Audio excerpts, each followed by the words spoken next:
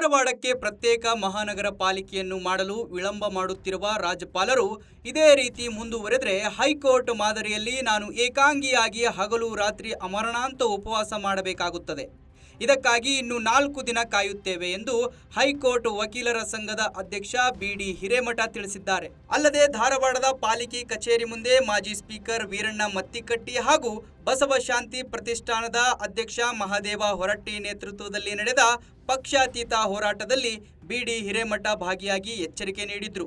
ಈಗಾಗಲೇ ಸರ್ಕಾರ ಅಧಿಸೂಚನೆ ಹೊರಡಿಸಿದ್ರೂ ಕೂಡ ತಡೆ ಹಿಡಿದಿರುವ ಕಡತವನ್ನು ರಾಜ್ಯಪಾಲರು ಕೂಡಲೇ ಅನುಮೋದಿಸಬೇಕೆಂದು ಸರ್ಕಾರ ಮತ್ತು ರಾಜ್ಯಪಾಲರನ್ನು ಒತ್ತಾಯಿಸಲು ಧಾರವಾಡ ಮಹಾನಗರ ಪಾಲಿಕೆ ಕಚೇರಿ ಮುಂಭಾಗದಲ್ಲಿ ಸತ್ಯ ಪ್ರತಿಪಾದನಾ ಸತ್ಯಾಗ್ರಹವನ್ನು ನಡೆಸಲಾಯಿತು.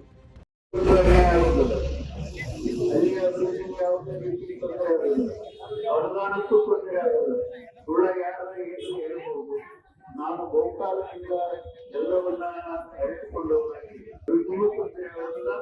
ಧಾರವಾಡದ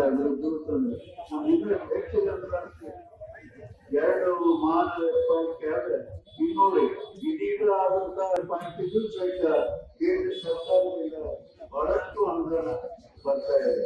ಅದು ನಮಗೂ ದೊರೆಯುತ್ತೆ. ಎರಡು ನಗರಗಳು ಒಳ್ಳೆಯದಾಗುತ್ತೆ. ಆ ದೃಷ್ಟಿಯಿಂದ ಈ ಹೋರಾಟವನ್ನು ಪ್ರಾರಂಭ ಮಾಡಿದೆ. ಸರ್ಕಾರದ ಜವಾಬ್ದಾರಿ ಇದೆ, ವಿರೋಧ ಪಕ್ಷದವ್ರದ್ದು ಜವಾಬ್ದಾರಿ ಇದೆ. ಅವಾಗ ಈ ಹೋರಾಟಗಾರರ ನ್ಯಾಯಯುತವಾದ ಬೇಡಿಕೆಗಳಿಗೆ ಸರ್ಕಾರ ಸ್ಪಂದನೆ ಮಾಡಿ ಹೋಗಿಬಿಟ್ಟಿದೆ. ಆದರೂ ಸಹ ಸರ್ಕಾರದ ಮೇಲೆ ನಾವು ಒತ್ತಾಯ ಹಾಕಿದಾಗ ಇಲ್ಲಿ ಧಾರವಾಡ ಜಿಲ್ಲೆಯ ಉಸ್ತುವಾರಿ ಸಚಿವರಾದ ಸಂತೋಷ್ ಲಾಡ್ ಅವರು ಆಗಮಿಸಿದರು, ಚರ್ಚೆ ಮಾಡಿದರು ನಮ್ಮೊಂದಿಗೆ. ಇಲ್ಲ, ನಾನು ಹೋಗಿ ಅನೇಕ ಹಿರಿಯ ಸಚಿವ ಸಂಪುಟದ ಸಚಿವರಿಗೆ ಹಿರಿಯರಿಗೆ ಮಾತನಾಡಿ ಮತ್ತೊಮ್ಮೆ ಗೌರವಾನ್ವಿತ ರಾಜ್ಯಪಾಲರನ್ನು ಭೇಟಿ ಹಾಕ್ತೇವೆ.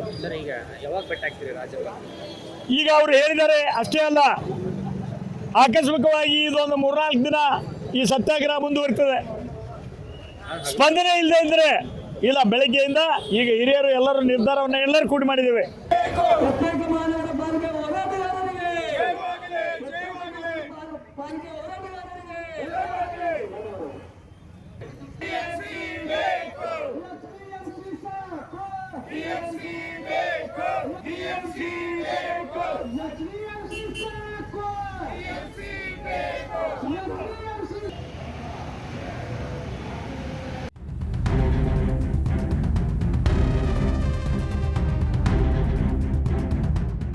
ಸಂಪೂರ್ಣ ನ್ಯೂಸ್, ಇದು ನೊಂದವರ ಧ್ವನಿ.